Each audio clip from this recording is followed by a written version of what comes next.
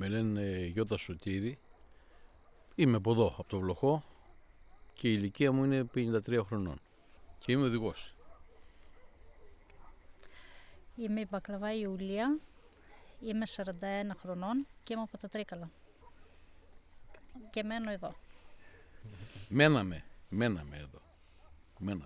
Το σπίτι αυτό χτίστηκε πριν το 70, το 69, 68, 70, έγινε μια επέκταση μετά από το 80 και τώρα πριν από κάποια χρόνια έγινε σχεδόν ανακατασκευή του σπιτιού όλου. Στην ουσία έγινε το σπίτι όλο από την αρχή. Πριν από 2 χρόνια τελειώσαμε. Okay. Καταρχήν έβρεχε 3 μέρες ασταμάτητα. Πριν να έρθουν τα νερά πάνω και να έρθει η πλημμύρα, ήδη το χωριό μας είχε νερό μόνο από τη βροχή. Μόνο από τη βροχή υπήρχε νερό. Εκενώθηκε στην ουσία το χωριό γιατί ξέραμε τι είναι αυτό που θα συμβεί και Τετάρτη προς Πέμπτη ξημερώματα έγινε ο κατακλυσμός. Εγώ δεν το περίμενα ότι θα γίνει αυτό. Ήλπιζα ότι δεν θα συμβεί. Φύγαμε την Τετάρτη το απόγευμα, έφυγα εγώ μαζί με τα παιδιά και περίμενα ότι την άλλη μέρα το πρωί θα γυρίσω, απλά να καθαρίσω το σπίτι και να συνεχίσουμε όπως ήμασταν πριν. Αυτό δεν έγινε και ήρθα μετά από 20 μέρες, 25, να δω τι. Ότι κάναμε 21 χρόνια που είμαστε μαζί, να έρθουμε να καθαρίσουμε, να τα πετάξουμε όλα. Τα πετάξαμε όλα στα σκουπίδια.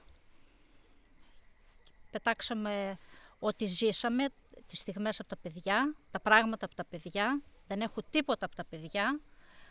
Φωτογραφίες δεν υπάρχει ούτε τίποτα. Μία φωτογραφία. Ό,τι κρατούσα, την κούνια τους, το καρότσι, τα ρουχάκια.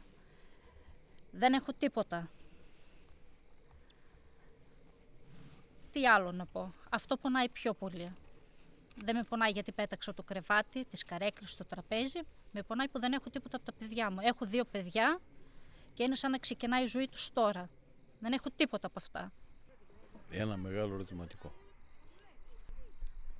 Δεν ξέρουμε τι πρέπει να κάνουμε. Να μείνουμε εδώ.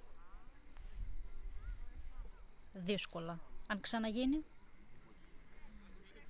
Για να πούμε ότι θα μείνουμε εδώ πρέπει να αποκλείσουμε το ενδεχόμενο ότι υπάρχει κλιματική κρίση. Αν πούμε ότι υπάρχει κλιματική κρίση, εμείς εδώ έχουμε πρόβλημα. Δεν είμαστε εμείς οι αρμόδιοι. Κάποιοι πρέπει να αποφανθούν το τι θα γίνουμε εμείς και να αποφασίσουν για την τύχη μας και για τις ζωές μας. Η κλιματική κρίση ευθύνεται για αυτό που πάθατε? Ο πρώτος λόγος είναι αυτός. Σίγουρα έχουν γίνει λάθη, σίγουρα έχουν γίνει, υπάρχουν παραλήψεις, υπάρχουν 1002, αλλά το να βρέχει 3 μέρες ασταμάτητα, σίγουρα ο λόγος είναι η κλιματική κρίση. Είχαμε τον Ιαννό το 2020 και είπαμε ότι είναι ένα τέρας. Και το 2023 το Σεπτέμβριο ήρθαν 3 Ιαννοί μαζί. Που ήταν ένα πράγμα απίστευτο. Η συνέχεια ποια θα είναι? Ποιος μπορεί να πιστοποιήσει ότι αυτό ήταν απλά ένα φαινόμενο και ότι αυτοί τα επόμενα χρόνια δεν θα ζούμε έτσι?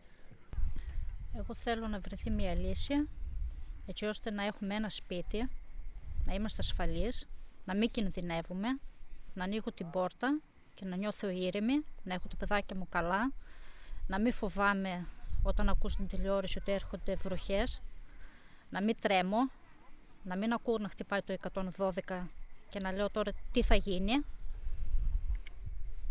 Αυτό δεν θέλω να φύγω από το χωριό, αλλά δεν γίνεται. Πρέπει κάπου να πάμε, να είμαστε ήρεμοι, όπως ήμασταν τα προηγούμενα χρόνια. Πρέπει πραγματικά να μας πούν οι άνθρωποι που γνωρίζουν, που ξέρουν, αν πρέπει να συνεχίσουμε τη ζωή μας εδώ ή αν πρέπει να το εγκαταλείψουμε και να φύγουμε. Αυτό είναι το πιο σωστό. Εμείς δεν μπορούμε να ξέρουμε τι σημαίνει κλιματική κρίση και τι σημαίνει κλιματική αλλαγή. Υπάρχουν κάποιοι άνθρωποι που γνωρίζουν. Αυτοί πρέπει να πούνε την αλήθεια και το πώς έχουν τα πράγματα. και εμείς να αποφασίσουμε το πώς θα συνεχίσουμε τις ζωές μας.